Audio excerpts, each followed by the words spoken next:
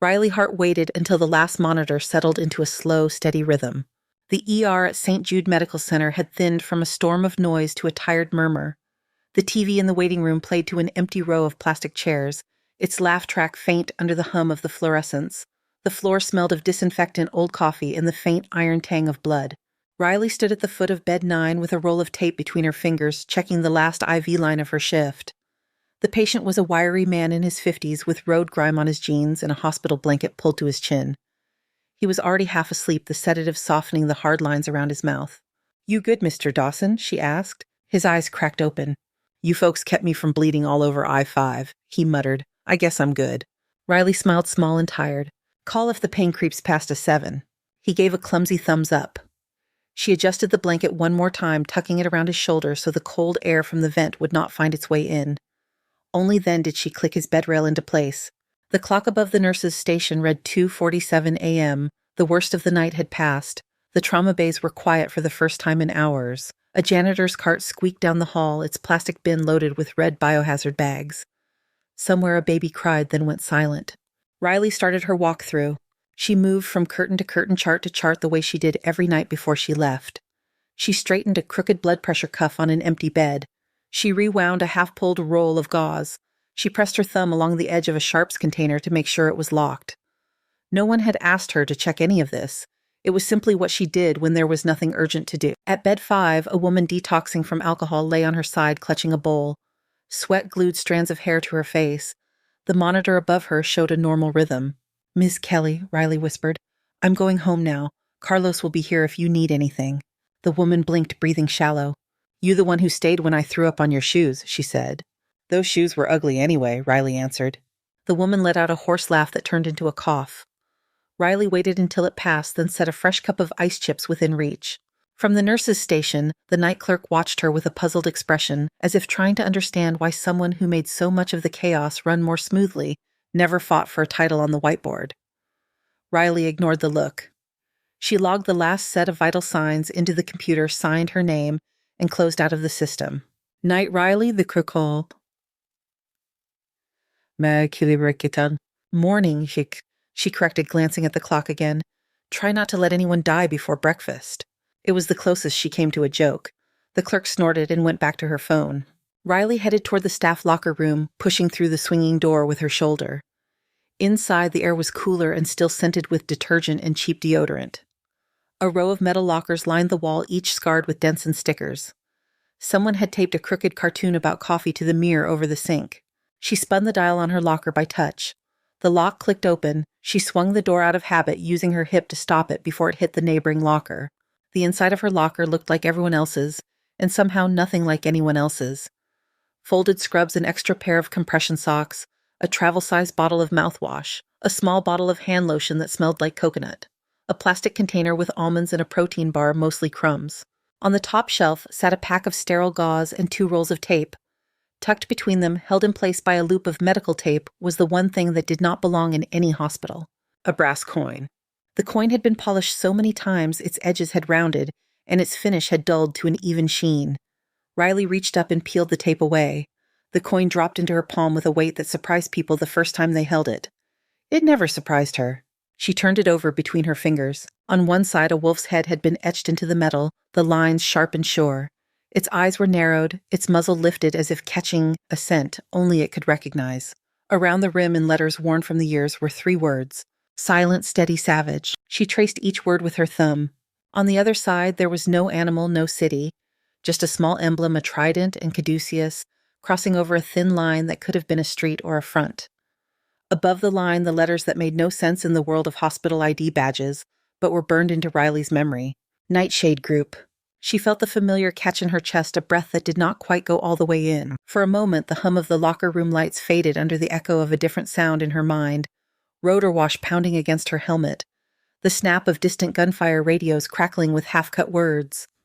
Her vision narrowed, white tile replaced in her imagination by broken concrete and drifting dust. Riley closed her hand around the coin until the raised letters pressed into her skin.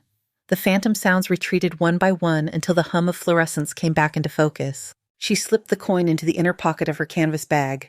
Then she shut the locker, snapped the lock back into place, and picked up her bag from the bench. In the mirror above the sink, her reflection looked the way it always did at the end of a shift, hair pulled back dark circles under steady eyes, scrub top wrinkled at the shoulders where a stethoscope had rested for hours. She checked that the badge clipped to her neckline still read Riley Hart RN Emergency. Nothing more, nothing less. Riley slung the bag over her shoulder and walked out through the staff exit into the cool, salt-tinged air of the San Diego night, the weight of the coin a quiet, solid pressure against her ribs. Riley's next shift started 12 hours later. By late afternoon, the San Diego sun had burned the morning fog off the parking lot, leaving heat waves rising off cracked asphalt. The hospital looked different in daylight. The glass front reflected blue sky instead of streetlights, and the waiting room buzzed with restless energy instead of exhausted silence. Inside the ER, however, the rhythm felt the same. Machines hummed, phones rang, monitors beeped in their stubborn, uneven chorus. Riley swiped her badge and stepped through the staff entrance canvas bag over her shoulder. She felt the faint pressure of the coin in her inner pocket. It had been there all day, even when she tried to forget it. The metal had warmed to her body heat. At the nurse's station, 2 techs and a young resident were clustered around a computer screen, laughing at something on social media. They broke apart as the charge nurse Maria looked up from the assignment board. "There she is," Maria said. "Hart, you are on triage and overflow for the first 4 hours. Mercer requested you for his side, which I am not sure is a compliment." Riley set her bag down behind the counter. "If his patients live, I will take that as one," she said. Maria snorted. "You and your priorities." She handed Riley a packet of printed stickers, patient labels waiting for bodies to match them. Riley clipped her own pen to the top and scanned the board. Names, ages, acuity levels. Chest pain. Fall. Fever. Abdominal pain. A red asterisk next to bed 3 for a high-risk pregnancy consult. "Where is Dr. Mercer?" Riley asked. "With administration," Maria answered. "He has his monthly dance with Mr. Klein. You know, charts, numbers, all those things you pretend do not exist." "I am aware of them," Riley said. "I just do not invite them into bed with me." Maria laughed, shaking her head. "Go get your vitals, philosopher. Waiting room is already stacking up." Riley picked up the triage tablet and moved toward the lobby. The door slid open on a sharp scent of hand sanitizer and perfume. Parents sat with restless children, older patients clutched plastic bags from the pharmacy. A teenager in a hoodie stared at the floor with a towel pressed to his nose. "Hi," Riley said, her voice steady and automatic. "I am Riley. I will get you checked in as fast as I can." She started through the room, building a picture in her mind as she moved. Who was pale? Who was flushed? Who was trying too hard to look fine? Her questions were simple and precise. Where does it hurt? When did it start? What makes it worse? Her hands moved as much as her mouth, taking blood pressures, pressing fingers to pulses, guiding arms into cuffs. In exam room 2, a little girl in a pink t-shirt with unicorns waited with her mother legs swinging off the chair. Riley caught her eye through the partially open door and lifted her hand in a quick wave. "It will be a few minutes," she told the mother. "She can keep the sticker."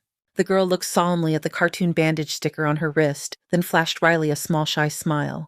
Back behind the counter, one of the younger nurses, Kayla, watched her. "She remembers everybody," Kayla said quietly to another nurse. "But she never talks about herself. I tried to ask what she did before St. Jude. She changed the subject to my dog." "Maybe she was a librarian," the other nurse said. "She has those eyes," Kayla admitted. "But also those hands. Have you noticed her hands?" Riley did not hear them. Her attention was already on the triage list, on the next blood pressure, the next line of pain on a stranger's face. On the 3rd floor, far from the smell of antiseptic and the echo of ambulance doors, Dr. Jonah Mercer sat at a glossy conference table, his white coat folded neatly over the back of his chair. The wall behind him displayed a large screen with rows of numbers and graphs. Opposite him, Harold Klein adjusted his tie and tapped on a tablet. "Our uncompensated care has gone up 8% this quarter," Klein said. "If that trend continues, we lose leverage in payer negotiations. We lose leverage, we lose margin. We lose margin, we cut staff. I do not want to cut staff." Mercer nodded, rubbing his thumb along the edge of his coffee cup. "I have talked to the team," he said. "We can tighten criteria on trauma admits with no insurance. Redirect some of them to county. That is what county is for." Klein looked over the top of his glasses. "You are comfortable with that clinically?" "If they are stable, yes," Mercer said. "I'm not suggesting we turn people away who are actively dying. I'm suggesting we stop becoming the default for every walk-in that cannot pay." Klein studied him for a moment, then nodded once. "You want to move up in this system, Dr. Mercer," he said. "You are smart enough to know that titles come with more than clinical decisions. They come with spreadsheets." Mercer's mouth quirked into a small smile. "Then show me the columns I need to watch," he said. Klein slid the tablet across the table. A graph of color-coded bars glowed on the screen. Start here, Klein said. High-cost, low-reimbursement cases. ER is the front door. If you can control the front door, you can control a lot more. Mercer glanced at the graph, then back at Klein. What about nursing input, he asked. Some of them push aggressively for admits. Klein waved a dismissive hand. Nurses are valuable, of course, but they tend to think in individual stories. You and I have to think in systems. Mercer thought of Riley for a brief second, of the way she had stepped between him and a belligerent patient 2 weeks ago, without raising her voice, calming the situation before security arrived. Her quiet efficiency had salvaged an hour of his time that night. Some of them are more influential than others, he said. Klein shrugged. If a nurse makes trouble, we can always move her to another unit, or out of the system. Front door decisions are physician decisions. Clear. Clear, Mercer said. Back in the ER. The afternoon stretched into early evening. The waiting room emptied and filled again. A child with a broken wrist, a college student who had collapsed at practice, a man with chest pain, who denied stress and smelled like stale coffee. Riley moved charted again. The lull snapped when the doors to the auto bay slammed open and a paramedic barreled a stretcher through. 5-year-old female possible caustic ingestion, the medic called. Drano under the kitchen sink. Mom thinks she swallowed. Kid is drooling and stridorous. The air in the room shifted. Maria's head came up, eyes sharp. Room 7, she said. Page the pediatric attending. Kayla with me. Riley, grab airway backup and meet us there. Riley was already moving. She grabbed the pediatric airway kit and a portable suction machine, the plastic handle slick under her fingers from the alcohol wipe someone had just used. In room 7, the little girl in the unicorn shirt sat hunched on the gurney, her face blotchy and wet. Strings of saliva hung from her mouth. Her breathing made a high whistling sound that did not belong in any human chest. Her mother stood beside the bed, both hands knotted in the rail. They said she was fine, the woman gasped. I thought she was fine. She was playing, then she started making that noise. It is all right, Riley said. She put the airway kit on the counter, took one step in, then another, letting the scene come into focus in pieces. The child's chest barely rose with each breath. The muscles above her collarbones tugged in and out with every inhale. Her lips had begun to pale. Maria slipped an oxygen mask near the girl's face. The child flinched, trying to pull away. Baby, you have to let them help you, the mother pleaded. Please, Mia, please. The monitor at the bedside beeped faster, the heart tracing a jagged line. The pediatric attending stepped into the doorway, then stopped, his eyes wide. For a fraction of a second, he seemed rooted in place, calculation caught in his throat. If he intubated and scarred her airway, he could cause permanent damage. If he waited, she could suffocate in front of him. The room felt smaller, the air felt thicker. Riley moved. Her hands were surprisingly large for her frame. The other nurses joked that she should have been a pianist. Right now, they closed over the girl's small jaw with a grip that was firm but not cruel. Mia, she said, voice low and even, look at me. The girl's eyes, wild with panic, shifted a little, then locked on Riley's face. That is it, Riley said. You are doing great. I know it burns. I know it's scary. I will not let you stop breathing. Not here. She nodded at Maria. Suction. She guided the tubing into the girl's mouth, clearing pooled saliva before it could slip back into her throat. As Maria worked, Riley adjusted the angle of Mia's head, aligning it with a precision that came from somewhere far from textbooks or simulations. The pediatric attending seemed to shake himself free. We need to intubate, he said. Let us set up. Riley, can you stabilize her cervical spine just in case she aspirates or seizes? Already on it, she said. Her fingers slid to the back of Mia's neck, cradling it, keeping the airway open while the attending prepared the laryngoscope. The motions were smooth, fast, economical. Her breathing did not change. The blade slid into the girl's mouth. For a heartbeat, the monitor alarm shrieked. Then the tube was in the bag, was attached, and oxygen flowed. The high whistling sound vanished. In its place came the soft, rhythmic whoosh of assisted breaths. The monitor began to settle. The mother sagged against the wall, tears falling with no sound. You got her, Maria whispered. It is her body doing the work, Riley answered. We just gave it a chance. She helped tape the tube, secured the IV, then stepped back, letting the attending stand between her and the bed as he issued orders to transfer Mia to the pediatric ICU. By the time Dr. Mercer arrived at room 7, drawn by the page and the cluster of staff, the crisis had already moved past its sharpest point. He saw the intubated child, the organized debris of a rushed procedure, and Riley at the sink, washing her hands methodically, water running clear over skin that did not tremble. What happened here? He asked. Pediatric caustic ingestion, the attending said. We got the tube in before she crashed. Good catch on the early airway. Mercer nodded. I will document the intervention in her chart, he said. Nice work. The attending, distracted by the logistics of the transfer, nodded without looking up. Mercer's gaze slid over to Riley. She turned off the faucet and pulled a paper towel. Her expression was the same one she wore when refilling a saline cart. You were on triage, Mercer said. How did she get from waiting room to this in 15 minutes? She started breathing funny, Riley replied. She needed a room. He watched her for a moment as if searching for more. You always jump this fast, he asked. Only when they are running out of time, she said. He opened his mouth as if to say something else, then closed it. The overhead speaker crackled with a page from another part of the department. He checked his watch and turned away. Riley dried her hands and dropped the towel into the bin. The scent of burned chemicals still clung faintly to the air. Her palms itched the way they always did after a near miss. She pressed them against her scrub pants to make the feeling go away. Later, back in the locker room, she opened her door and reached automatically for the top shelf where the gauze and tape sat. The locker smelled faintly of coconut lotion and detergent. As she pulled down a fresh roll of tape, the edge of the old photograph she had tucked between the supplies slid free and fluttered to the floor. She bent to pick it up. The picture was creased and faded. A group of people stood in the blown-out shell of a building, gear-dusty faces shadowed by helmets and sunglasses. Someone long ago had taken a black marker to the image, crossing out each face one by one, until only a single figure remained uncrossed near the center.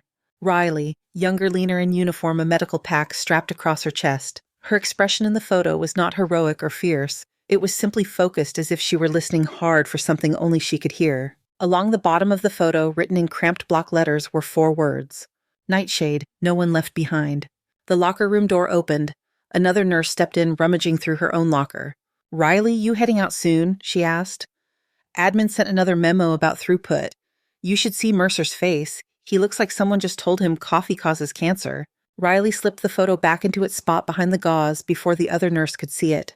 I will be there, she said, just grabbing more tape. She closed the locker and felt for a brief second the imprint of the coin through the canvas of her bag pressing against her side. Her hands were steady as she walked back toward the bright buzzing light of the ER. By the time the sun dropped behind the low ridge to the west, the heat had broken. Clouds rolled in from the ocean, low and restless, dragging a damp chill over the city. Near the end of Riley's shift, the first raindrops hit the ER bay doors like fingers drumming on metal. Within 20 minutes, the drizzle thickened into hard rain. The sound of it filled the spaces between monitor beeps and overhead pages. Great, Maria muttered at the nurse's station, looking up at the ceiling as if she could see the clouds through it. Rain in San Diego, that means people forget how to drive. As if the weather had been waiting for its cue, the radio at the triage desk crackled. St. Jude Medic 12, we are en route with 2 from a rollover on the 8. Moderate injuries, arrival 5 minutes. Maria sighed. Here we go, she said. Riley, you float between rooms. We are about to be popular. The rollover patients came and went in a blur of wet clothes and glass and hair. Neither was critical. A stitched scalp, a splinted wrist, a lecture about seatbelts. For a brief moment, it seemed as if the rain would be no more than a noisy backdrop. Then the county EMS channel came alive all at once. Mass casualty alert, a dispatcher's voice said tinny through the speaker. Reports of multiple vehicles involved northbound lanes, I-5 near the 52 interchange. Fire and CHP en route. All receiving hospitals prepare for incoming. The room stilled. Even the tech scrolling on his phone looked up. How many vehicles? Someone asked. Unknown, the dispatcher answered. At least 6, possibly more. Use my standard MCI protocol. Maria met Riley's eyes across the station. Call in whoever is on call, Maria said. We are about to earn that coffee. The next half hour folded into tight segments. Staff who had been getting ready to sign out stayed put. Off-shift nurses threw on scrubs from their lockers and tied their hair back while walking. Extra stretchers appeared out of storage, lined up like empty shells waiting to be filled. Outside sirens grew louder, overlapping until it was hard to tell how many were out there. The rain pounded harder. The air that gusted in when the bay doors opened smelled like wet asphalt and oil. The first wave arrived. Paramedics called out details as they rolled patients in. Male 30 ejected from vehicle GCS, 14 possible rib fractures. Female 24 restrained abdominal tenderness, we are thinking seatbelt sign. Teenage male laceration to scalp, likely concussion. Riley moved between beds, listening more to breathing than to words. She slid oxygen masks into place, hooked fingers under jaws, to open airways lined up IV supplies on trays. Her world narrowed to touch and sound, rain on the roof, plastic wheels squeaking, people breathing or not. In room 3, she pressed a hand to a young woman's abdomen, feeling the tense protective muscles under her palm. Tell me if it hurts more here, Riley said. The woman sucked in a breath through her teeth. Right there, she said. All right, Riley answered. You are going to get a scan, that is all this tells us. Behind her, Dr. Mercer barked orders trying to keep pace with the flow. Trauma consult on 2, CBC type and screen chest x-ray on 4. Call radiology, tell them this is not optional. He looked energized eyes, bright voice quick. He liked the feeling of directing a busy floor, liked hearing his name on the radio. Riley? He said, catching her in the hall. Once you finish with 3, I need you on direct admits. If we can move the moderate ones upstairs, we will make room for the fresh arrivals. Who decides who is moderate, she asked. I do, he said. You execute. That is how this works. She gave a small nod and slipped out of his way. The second wave hit harder. 2 criticals arrived within 90 seconds of each other. One never made it past the doorway. The trauma surgeon took over that bed, voice low and urgent, hands already deep in the fight. Riley stayed where she was needed most, moving in the spaces around the shouting, stopping a man from ripping out his IV, calming a teenager sobbing into his mother's jacket. Her shoulders ached. Her eyes burned from the high-concentration oxygen in one room and the chemical smell of antiseptic in another. Time warped. Minutes stretched and snapped. At some point, the radio quieted. The paramedics, soaked and exhausted, stripped off their rain gear and accepted bad coffee in paper cups. The worst of the chaos began to settle. Riley stood at the foot of bed 6, wrapping a pressure bandage around a girl's forearm, explaining to her in simple words how the skin would knit itself back together. You are going to have a story to tell, Suhye, Riley said. You can decide later if it was a shark or a car. The girl sniffed, still hiccuping from earlier tears. Shark, she said. Definitely a shark. Then we will make the scar look brave, not messy, Riley replied. She finished the wrap and taped it in place, then helped the girl sit up a little straighter in bed. Behind her, through the partially open door, the hallway looked calmer than it had any right to be given the list of active charts on the board. It was in that moment when the noise eased that Riley's attention snagged on a different sound. Not the ring of a phone or the slap of wet shoes on linoleum, but a heavy, uneven thump from the back corridor. A grunted curse, the scrape of boots. She handed the chart to Kayla. Can you finish her discharge instructions? Riley asked. I need to check something by the ambulance entrance. Sure, Kayla said. If anyone asks, you vanished in a puff of smoke. Riley slipped out, weaving between a stack of folded linens and an unused gurney. The closer she got to the back door, the stronger the smell of rain and exhaust became. She turned the last corner and saw them. 2 men in plain clothes, broad-shouldered and damp from the storm, were half carrying, half dragging a third man between them. The man's boots left streaks of mud and reddish water on the floor. His tactical vest was shredded, one strap hanging by a thread, plates scuffed and cracked. His camo shirt clung to his chest, soaked so dark it was hard to tell where rainwater ended and blood began. Where is the main desk? One of the men demanded as soon as he saw her. We need a doctor. You have one, Riley said. What happened? We are security contractors, the man said. He is Marine Recon. We found him on the service road. He would not let us call it in, says he just needs a patch job. As if summoned by the word doctor, Mercer appeared at the far end of the corridor, a chart in his hand. What is this doing back here? He called. All incoming goes through triage. The 2 contractors shifted, turning, so Riley could see the limp weight between them more clearly. The Marine's head lolled forward. His dark hair was plastered to his forehead with rain and blood. Mud streaked his jaw. His lips had a bluish tint that had nothing to do with the cold. His ID tags clinked softly as he moved. The name stamped into the metal caught the light for a moment. Alvarez Miguel. Please, one contractor said. He is losing a lot of blood. We are at capacity, Mercer said. We are already holding 3 we do not have beds for. Does he have insurance? Does he have transfer paperwork from the first facility? There was no first facility, the man said. We pulled him out of a ditch. Mercer's mouth tightened. This is a level 1 trauma center, not a drop-off for whatever you find on the side of the road, he said.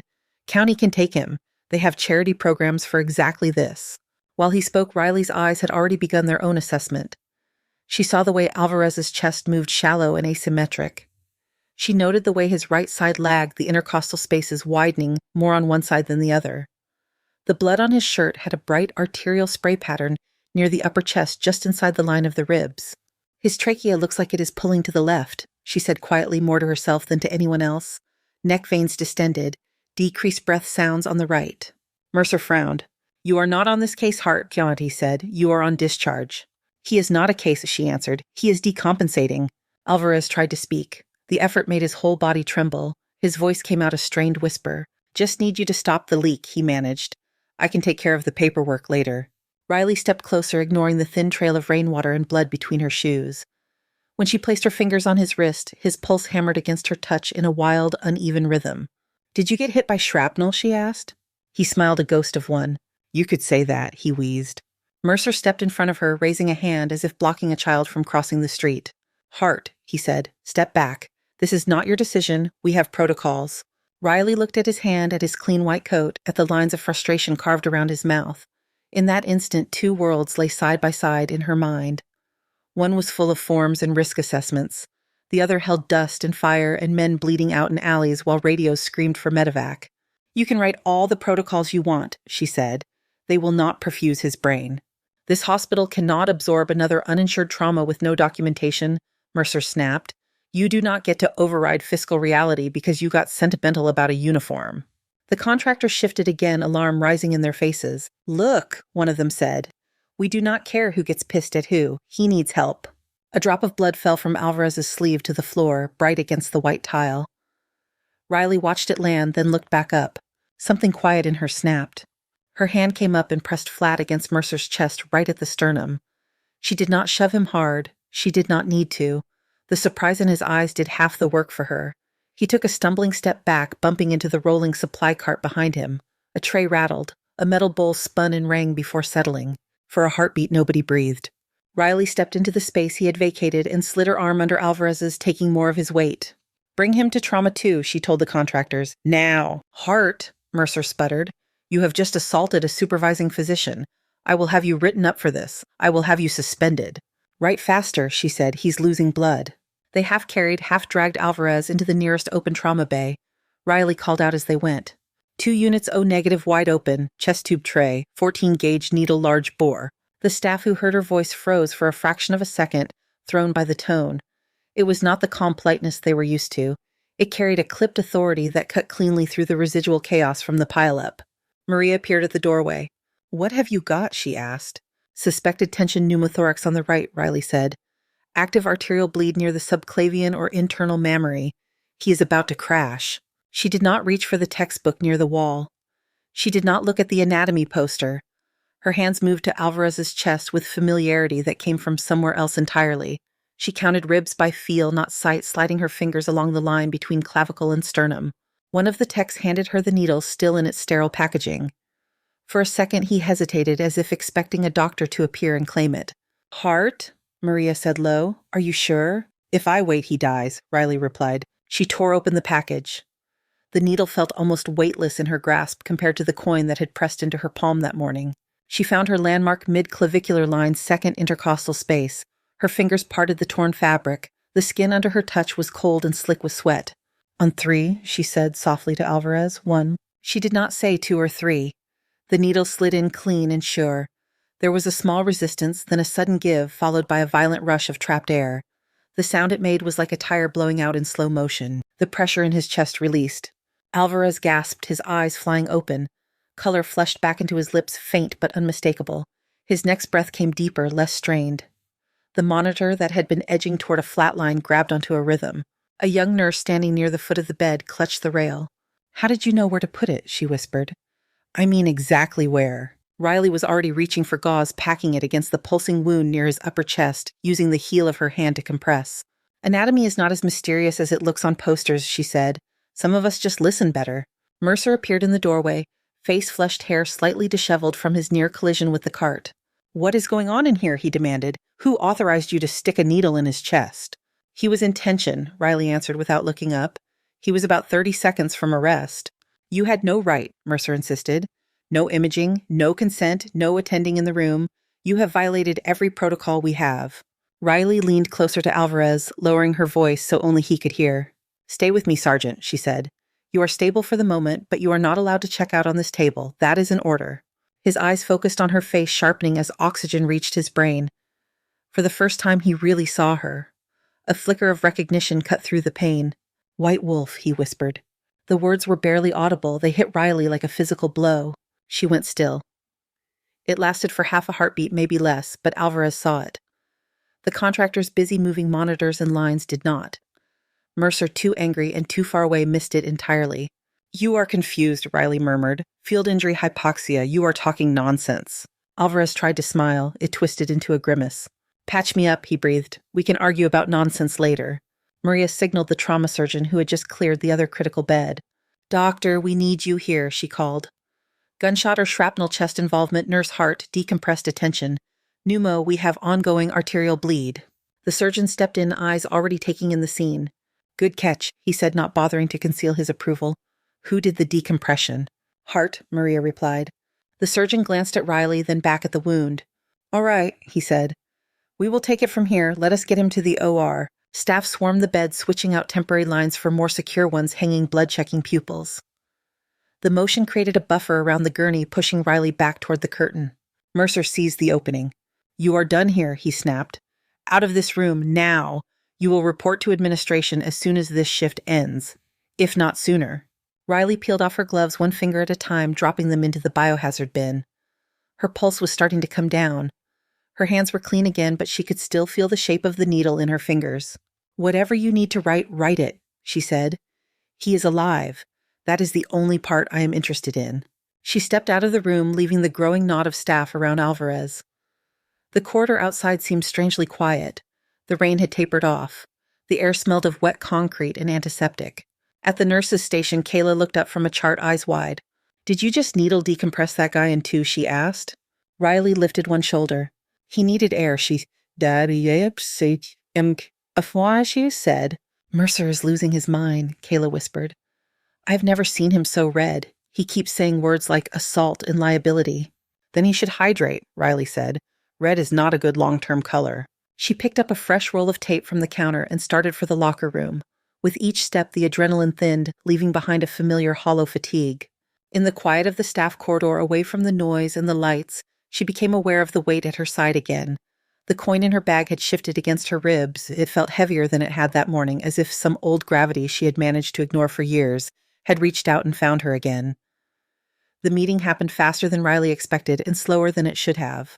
She had just finished changing out of her blood-spattered scrub top when the overhead speaker crackled. Riley Hart, please report to Administration Conference Room B. The voice belonged to the unit secretary. It carried an odd stiff tone, as if she had been told exactly how to read the words. Maria caught Riley in the doorway of the staff room. You do not have to go alone, Maria said quietly. They did not ask for you, Riley replied. Keep an eye on two. They took him to the OR, Maria said. He's in better hands than most people who come through here. All the same, Riley said. Watch anyway. She walked down the admin corridor in her clean scrubs hair still damp from a quick shower in the staff bathroom. The world on this side of the hospital felt different. Quieter carpets, softer lighting, framed photos of smiling volunteers instead of trauma diagrams. Conference Room B held a long table, a tray of untouched pastries and coffee that smelled burned despite being fresh. Harold Klein sat at the head of the table, reading a printed packet. A woman from HR sat to his right hands, folded over a manila folder. Dr. Mercer stood near the far wall, arms crossed. Riley stepped inside. The HR woman shut the door behind her. Ms. Hart, Klein said without looking up. Sit, please. She sat. The chair felt too soft after hours of metal stools and rolling stools. Klein tapped the papers in front of him into a neat stack and finally lifted his gaze.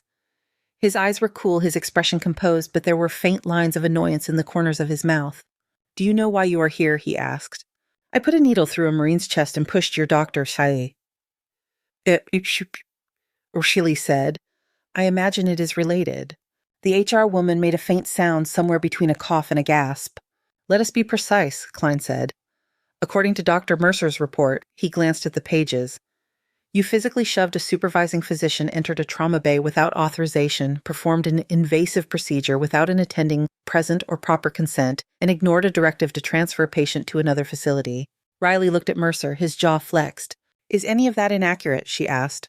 It is actually generous, he said. I did not include that you undermined my authority in front of staff and external contractors. That part is implied. You were sending him away, she said. He had a tension pneumothorax. By the time County could get him to a bed, he would have been a corpse. You made that call alone, Mercer snapped. Based on what training on YouTube field medicine from some previous life we are not supposed to know about. Klein raised a hand. Regardless of your clinical reasoning, he said, you stepped outside every protocol we have in place to protect this institution. This institution, Riley repeated, tasting the word. Klein leaned forward. This is not about whether you meant well, he said. It is about liability. If that patient had died on our table after an unauthorized nurse performed a high-risk procedure without supervision, the lawsuit would have crippled this hospital. Even if he lives, which is not guaranteed, the paper trail is already messy. He did not die, Riley said. He was dying. Now he is not. That is the beginning and end of my trail. Klein's gaze hardened. You are not hearing me, he said. I am responsible for more than one bed and one bleeding man. I am responsible for the survival of this facility. That means following policy. That means respecting chain of command. That means not assaulting my physicians. Riley exhaled slowly. I put my hand on his chest, she said. I moved him out of the way. I did not hit him. It qualifies as assault in a legal context, the HR woman murmured. Klein slid a document across the table.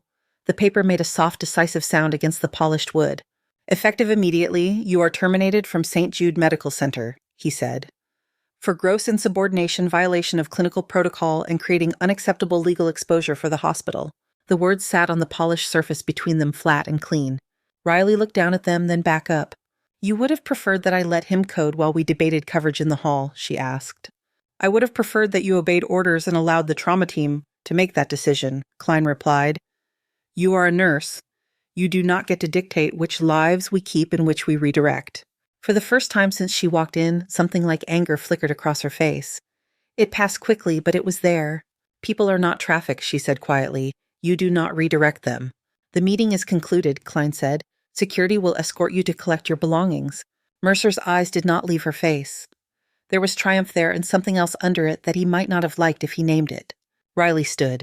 No need, she said. I know the way. In the staff locker room, she opened her locker with fingers that were steady not because she was calm, but because she was practiced. Her scrub jacket hung on the hook. Her spare shoes sat toe to heel on the floor. The travel bottle of mouthwash glinted faintly in the dim light. She took them out one by one and placed them in her canvas bag. When she reached up for the gauze and tape on the top shelf, the old photograph slid loose again and fell to the bench. This time she did not hurry to hide it. There was no one else in the room. She picked it up and studied it in the thin fluorescent light.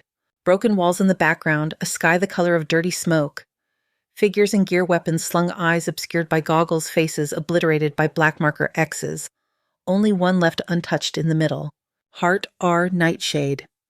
Age 26 stared back at her. There was dust on her uniform, a medical pack strapped across her chest. One hand rested on the strap, the other hung at her side. Her shoulders were squared. Her expression was not proud, not smiling, just aware. She traced the block letters at the bottom. Nightshade, no one left behind. The metal of the coin felt heavier through the fabric of her bag, as if it could feel her thinking about the past it represented. Riley folded the photograph once, then again, and tucked it deep in the front pocket of her bag. The sound of the fold was soft, like a page turned in a book no one else would read. As she closed the locker, something clinked against the metal shelf. An object half wedged between the wall and the bench slid free and dropped to the floor with a dull chink. She crouched and picked it up. It was a utility pouch, the olive nylon stained dark in places. It smelled faintly of wet dirt and antiseptic. She recognized it from earlier in the chaos hanging off the side of the gurney when Alvarez had been wheeled toward the OR. A small tear in the side seam had gone unnoticed. From that tear folded into a tight square and stained in one corner with reddish-brown, a piece of paper protruded. Riley eased it out. The writing was cramped and shaky as if done with hands that had more important things to do at the time. If I make it out, I will find you. M.A. The wolf stayed, the rest of us walked away.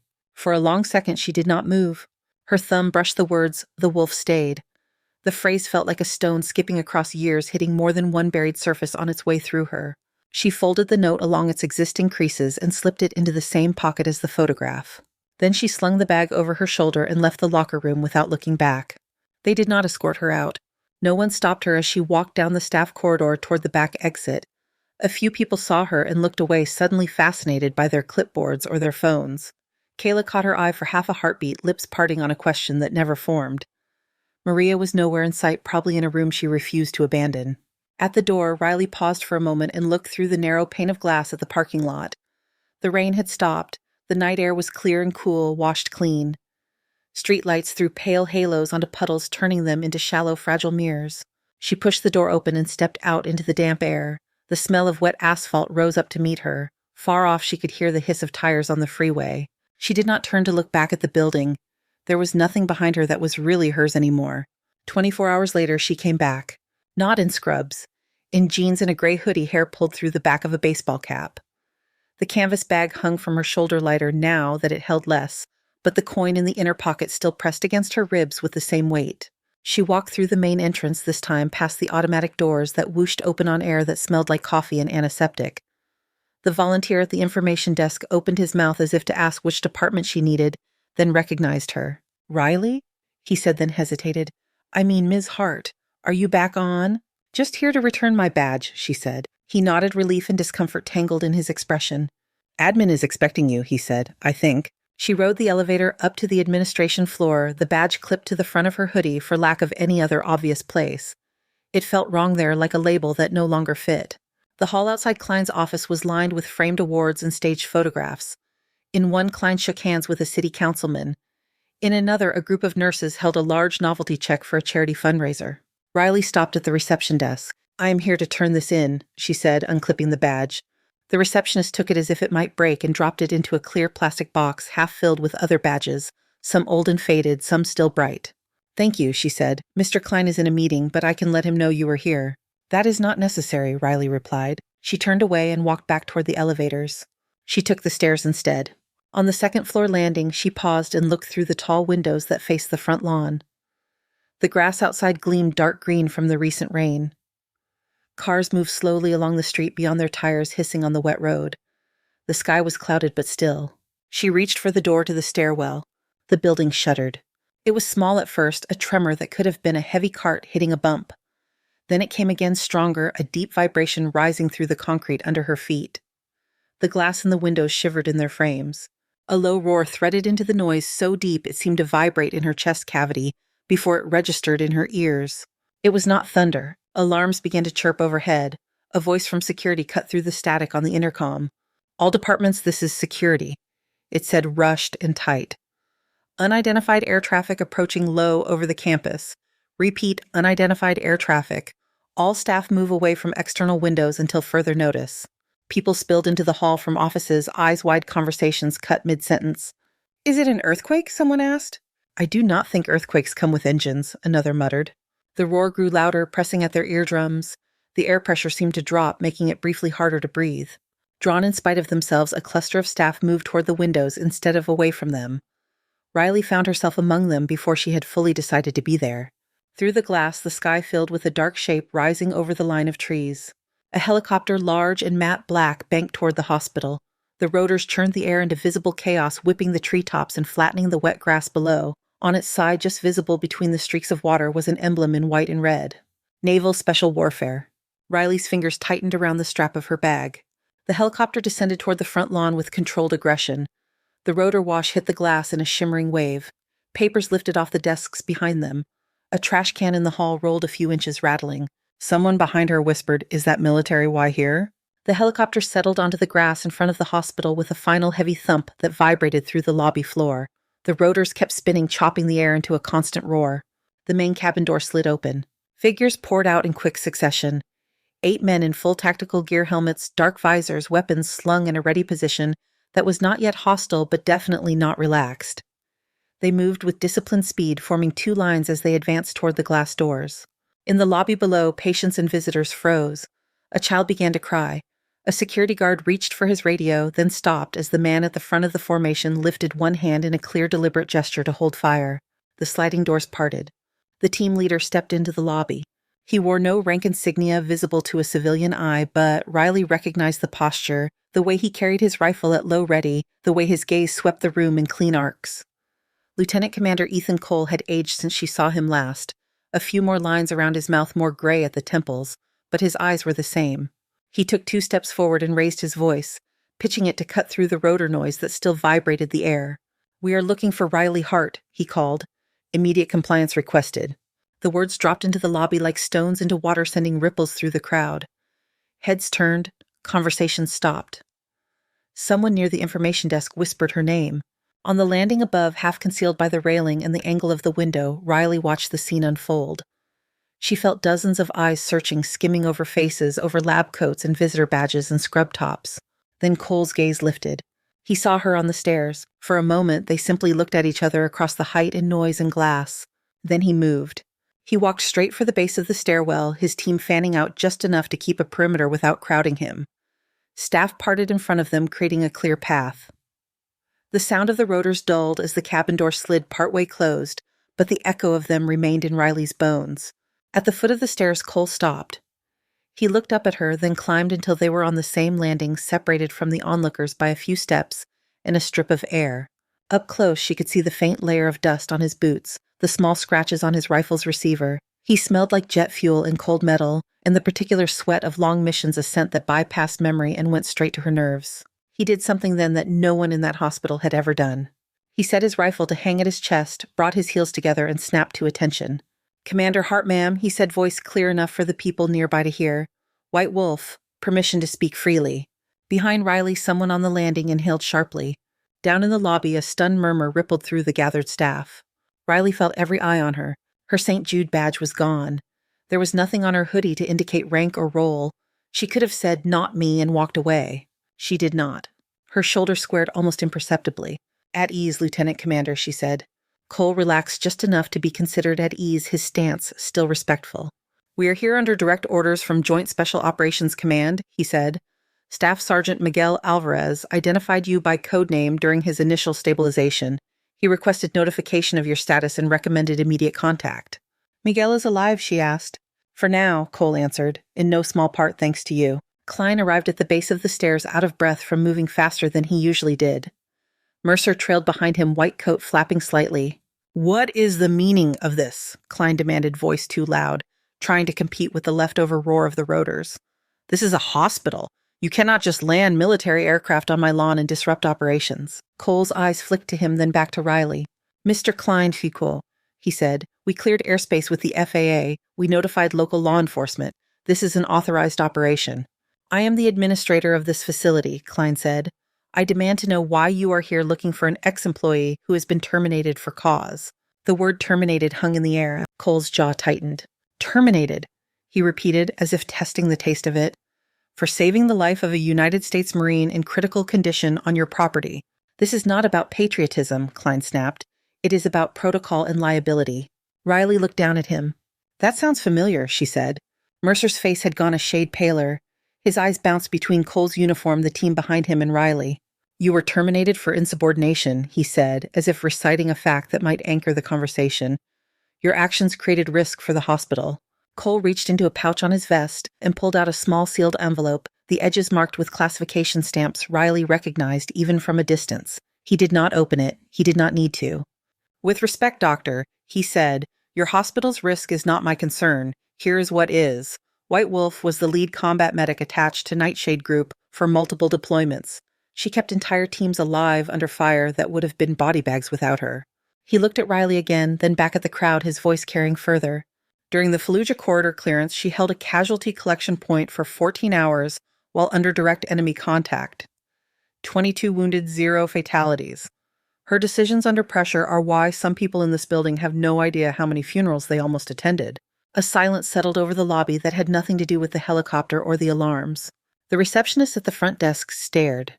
The security guard who had reached for his radio lowered his hand. Kayla down on the ground floor stood frozen just inside the ER doors, her expression undone. Mercer swallowed. "You are telling me she is special operations," he said, the sentence thin around the edges.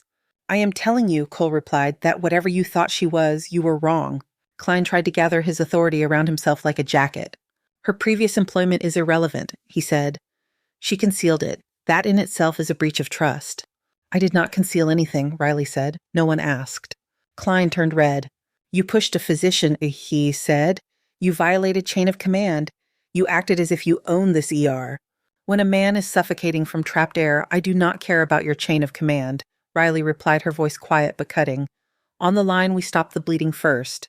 We stabilize the airway. We count the cost after." She swung her gaze over the faces below. Doctors, nurses, techs, the janitor with his mop, the volunteer at the information desk, people who had seen her every day and never really seen her at all. "If you dismiss people for doing what their job requires when it is hardest," she said, "you are not running a hospital. You are curating a spreadsheet." Cole took a step to the side, giving her the space to speak. The SEALs behind him, as if on an unspoken cue, shifted their stance. The subtly altered posture read like respect in a language only a few in the room could fully understand. Sergeant Alvarez's statement is on record, Cole said for the benefit of those listening. His words, not mine. He said, and I quote, "The director of that hospital fired the only person on earth I would trust to hold the line when everything goes to hell." Mercer flinched as if struck. Klein opened his mouth, then closed it. For once there was nothing in his rehearsed lexicon that fit the moment. The world inside St. Jude had shifted. It sat slightly out of alignment with what it had been an hour before, as if some unseen axis had been nudged. Cole looked back at Riley. "We have orders to provide full honors escort, and if you consent, debrief and reintegration support," he said. "Sergeant Alvarez requested to see you, but this is not only his request." He did not say whose request it was. He did not have to. The weight behind the words was obvious. For a brief second, Riley felt again the pull of the world she had left behind.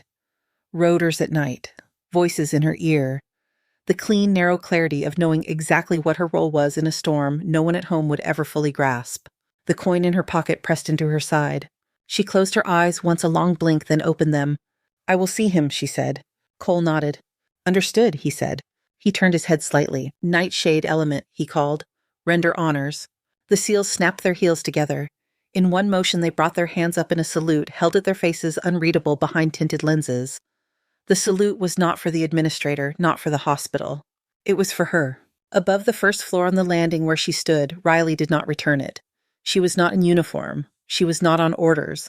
But her posture straightened, and for the first time in years, the way she held herself matched the stories whispered in rooms she would never enter. Down below, one of the younger nurses whispered almost to herself, "We treated her like she was nobody." No one answered. There was nothing useful to say. Riley followed Cole down the stairs through the parted crowd and out into the wash of rotor wind on the lawn. The noise beat at her clothes and hair, tugging at everything loose. She squinted against the grit in the air as they approached the open door of the helicopter.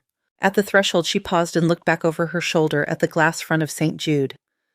Behind it, faces pressed to the windows, small pale ovals framed in metal and light. She did not wave. Her foot crossed from grass to metal, and the rotors roared louder as the cabin swallowed her. The door slid shut. The helicopter lifted the ground, falling away until the hospital was a block of light on dark soil. A box where she had been dismissed as a risk and revealed as something else entirely. Inside, the coin in her pocket lay warm against her skin, caught again between two worlds that were not finished with her yet. St. Jude woke the next morning to its own echo. By 7, someone had already uploaded a grainy phone video to a staff group chat. It showed the black helicopter on the lawn, the dark figures in gear the moment the team leader snapped to attention on the stairs. The audio was mostly rotor noise, but one phrase cut through clearly enough to be replayed a dozen times. "Commander Hart, ma'am, White Wolf." The video made its way from phone to phone as the day shift clocked in. It jumped from the ER break room to the radiology console to the pharmacy window. Staff watched it with their mouths slightly open, the fingers hovering over screens as if another angle might appear if they waited long enough. "That is our Riley," Kayla said in the nurse's lounge, voice shaky. "They are saluting her." Maria sat in the corner with a styrofoam cup of coffee cooling in her hands. She watched the clip once, then put her phone face down on the table. "We treated her like a float nurse," she said. No one contradicted her. On the administration floor, Harold Klein sat in his office with the blinds half closed. The video played in silence on his monitor. He watched Cole's lips form the words even though he could not hear them. Nightshade. Combat medic. Fallujah. Lines from the evening news briefing the Navy had sent him floated through his mind, clashing with the termination document he had signed less than 48 hours earlier. On his desk lay a printed letter on heavy paper with a Department of Defense letterhead. The language was careful and cool, acknowledging operational security concerns, while making one sentence painfully clear. St. Jude Medical Center formally dismissed a decorated Special Operations Medical Officer following an incident in which she provided life-saving intervention to a critically wounded United States Marine. Klein rubbed his temple with 2 fingers. His inbox held 6 messages from board members, 3 voicemails from donors, and 1 polite inquiry from a local reporter who had heard helicopters and liked scoops. He swiveled his chair toward the window. From this angle, the patch of lawn where the helicopter had sat looked unremarkable. The grass lay flattened in one wide circle as if some invisible weight still pressed there. He turned back to his computer and opened a blank document. The subject line practically wrote itself: Emergency Department Clinical Autonomy Guidelines. He stared at it for a moment, then deleted it. He typed a new one: Riley Hart Protocol. His fingers hesitated for a beat, then kept moving. To all clinical staff, Emergency Department, and admitting. From Harold Klein Hospital Administrator. Subject: The Riley Hart Protocol. Effective immediately in situations where a patient faces imminent life-threatening deterioration and physician authorization is not immediately available. Licensed staff acting in good faith to provide emergent stabilizing care will be supported by this institution. No staff member will face punitive action solely for intervening to save a life under acute duress, provided documentation reflects reasonable clinical judgment. He read it twice, adjusted 2 phrases, softened one adjective, and added a sentence about subsequent review and peer support. The language remained bureaucratic. It also carried a quiet acknowledgement between the lines. He hit send. In the ER, the notification pinged on every workstation at once. Maria clicked it open, skimmed the body, and exhaled. "Well," she said, "they named a protocol after her." Kayla leaned over her shoulder. "That is something," she said. "It is late," Maria replied, "but it is something." Later that afternoon, an ambulance rolled up with a middle-aged man in the back, face flushed and lips swelling. His tongue filled too much of his mouth. A bystander had jabbed him with an EpiPen in the parking lot, an old one they had found at the bottom of a glove compartment. "He says he is not insured, Pourfait," the paramedic said as they pushed the gurney in. "He did not want to come, told us to drop him off on the curb." The man tried to speak, the words tangled behind his swollen tongue. "Saved money," he managed. Years of training and policy rode along the edges of the moment. Billing codes, risk scores, bed capacity. Maria heard the faint memory of rotor noise in the back of her mind and saw superimposed over the man's face a pair of steady eyes watching a bleeding Marine. She looked at Kayla. "Room 4, Maria said. "Get him on a monitor. I want IV access and repeat epi ready. I do not care if he has a platinum card or pocket lint." Kayla grinned a quick flash. "Yes, ma'am," she said. They moved. Upstairs in a quieter wing reserved for short-term observation, Dr. Mercer stood at the window of an empty patient room looking out over the city. The sunset set the wet streets on fire, streaks of orange and gold between the buildings. A printed copy of Klein's email lay folded in his coat pocket. He had read the line about licensed staff acting in good faith 3 times. Each time his chest had tightened a little more. Someone cleared their throat behind him. "Doctor," Maria said from the doorway. "We stabilized an anaphylaxis in 4. Nurse Alvarez gave epi before the attending arrived. I thought you might want to know she did not wait for anyone's permission." "Was that a problem?" Mercer asked. He expected to hear an edge in his own voice. It was not there, only a tired sort of curiosity. "No," Maria said. "It was the right call." Mercer nodded once. "Good," he said. "Make sure it is documented well." "I will," she replied. She did not leave. "There is something else," she said. "The Marine you wanted to send away, Alvarez, the Navy moved him to Balboa's secure ward. One of their liaison nurses is my cousin. She called me on her break." Mercer turned from the window. "What did he say?" he asked. "He talked about her," Maria said, "about Riley." Balboa Naval Medical Center sat only a few miles away, but it felt like another country. Within its ICU, Miguel Alvarez lay propped up slightly, chest-bandaged tubes and wires converging at his bedside like an orderly storm. A Navy physician stood at the foot of the bed reviewing labs on a tablet. A corpsman adjusted a monitor cable, then stepped back. "You are stubborn," the physician said. "You know that, Sergeant." Alvarez's smile was weak, but it was there. "I get that a lot," he said. "Your chart says you refused evac twice before they dragged you in," the physician went on. "Next time, let someone carry you sooner." "Had to make sure she found me," Alvarez said. "She," the corpsman asked. "The medic," Alvarez replied. "The one who popped my chest." "That was at the civilian hospital," the doctor said. "St. Jude." Alvarez nodded, then winced at the movement. "Yeah," he said. "St. Jude. She was there." "What is her deal?" the corpsman asked. The staff over there looked like they had seen a ghost when the team picked her up. Alvarez stared at the ceiling for a moment, following some line of memory only he could see. "White Wolf," he said softly. "Nightshade's guardian angel. First time I met her, she was knee-deep in broken bricks in some alley that did not have a name on any map. We were pinned down.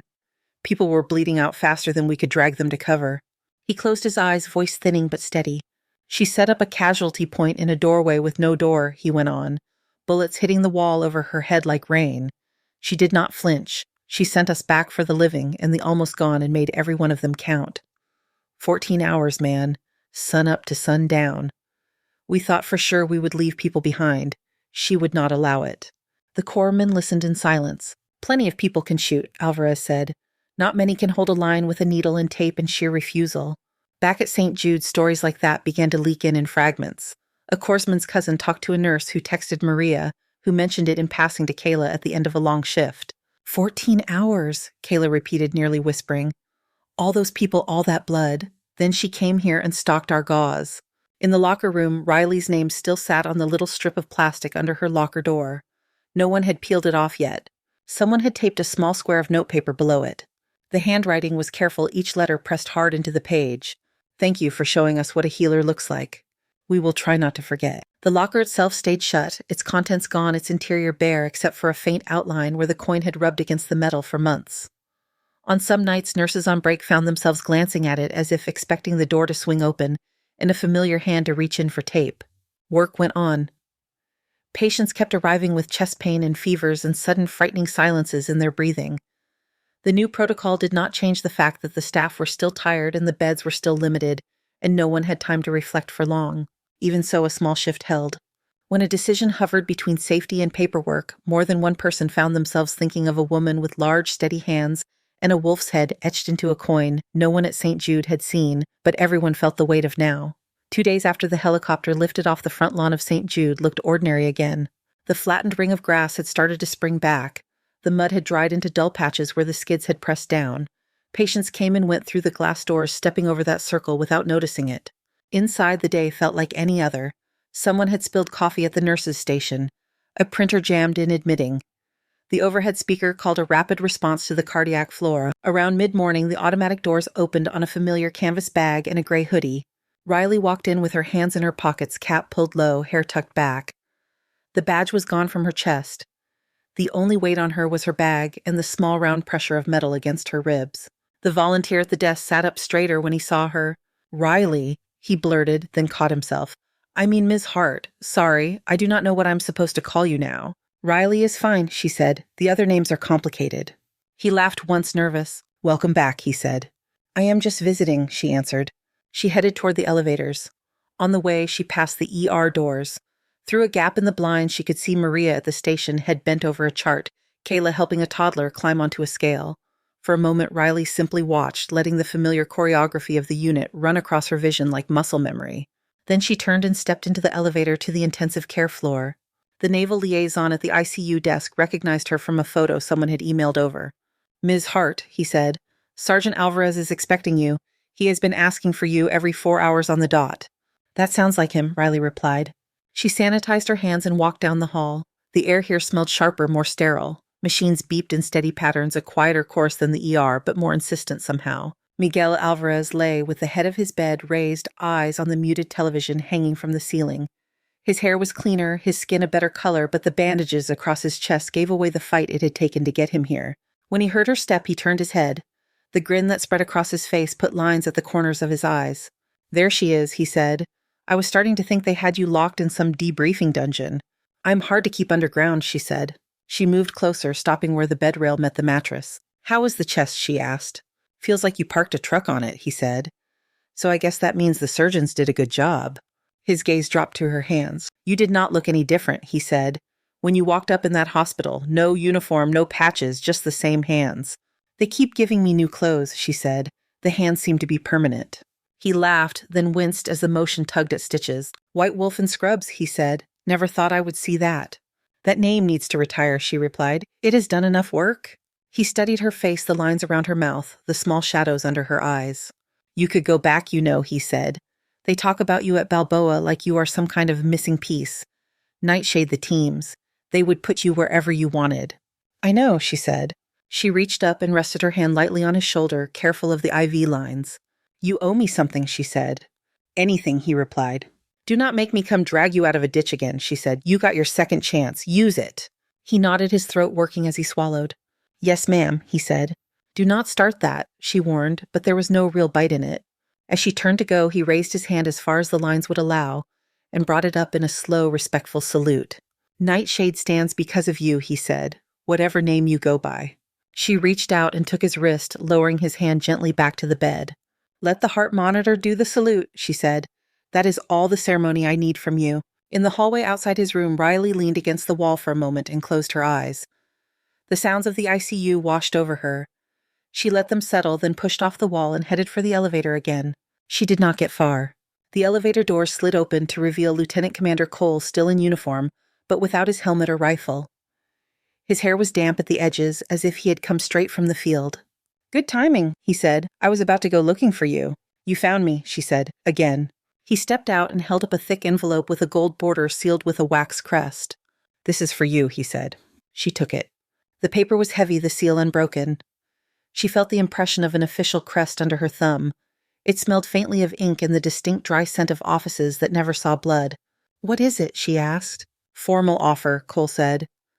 The brass want you to head a new Joint Special Warfare Medical Response Academy, training doctrine field testing. You would be shaping medics for every branch that needs to operate in the same kind of chaos you have already survived. He watched her face as she turned the envelope over. It would mean rank resources your own staff, he added. You would not have to take point in doorways anymore. You would be the one teaching others how to do it right. Riley slid a finger under the seal and opened the envelope. Inside was a letter on thick stock full of phrases like exceptional service and strategic asset. There was a printed rank line that would put her shoulder to shoulder with people who decided where entire units went and when. At the bottom, a handwritten note in a different ink. No one holds the line like you do. She exhaled through her nose, then reached into her hoodie pocket. The coin dropped into her palm, warm from her skin. She turned it until the wolf's head faced up, then flipped it. The side she rarely looked at held smaller letters arranged around the emblem. Choose your battle. She had read them before. Today they seemed to lean closer. Cole watched the coin, then her. You do not have to decide now, he said. They will keep that chair open for a while. Riley closed her fingers around the coin. I already decided, she said. She slid the letter back into its envelope and held it out to him. I am not going back, she said. Not like that. His jaw flexed, but he did not argue. May I ask why, he said. She searched for words that would fit in the small space between them. I spent a long time saving people who were getting shot at because that was their job, she said. I do not regret it.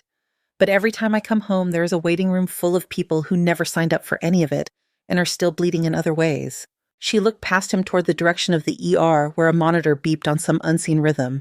I know how to hold a hallway in a firefight, she said.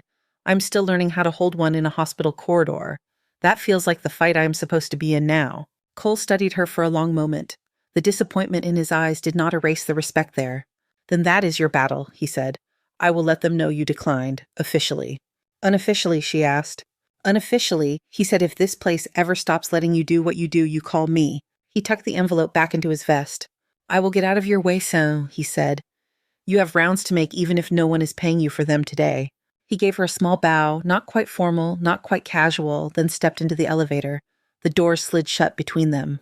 Riley stood alone in the hallway for a heartbeat, the coin in her palm, the ghost of a different life hovering just to the side.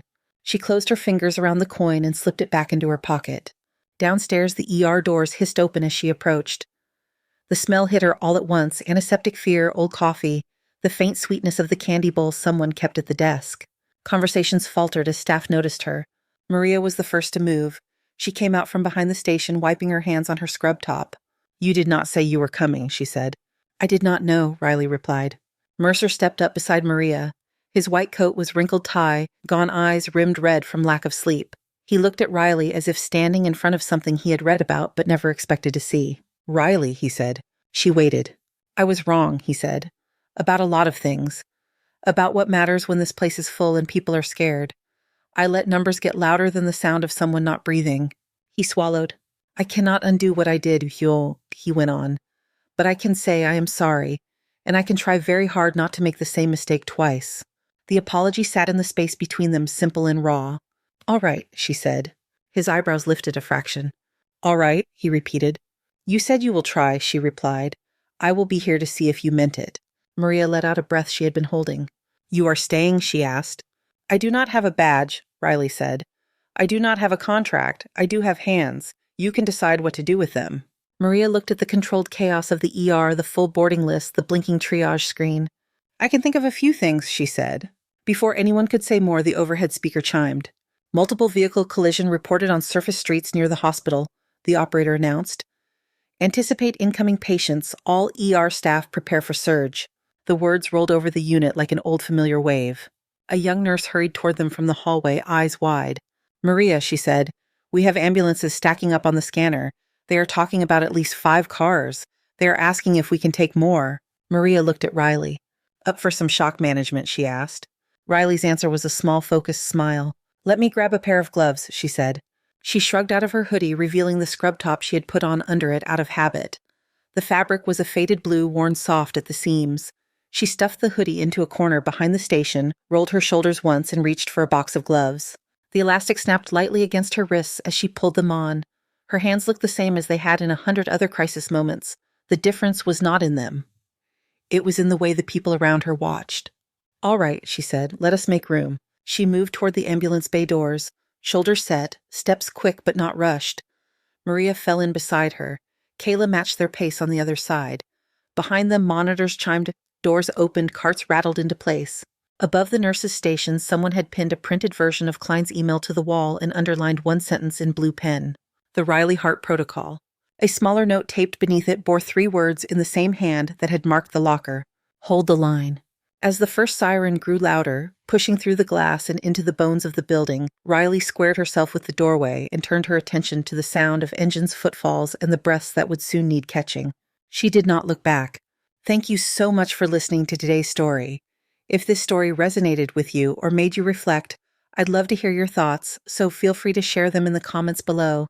And don't forget to like, subscribe, and hit the notification bell so you won't miss the next story. I'll see you next time as we continue exploring more journeys and lessons together.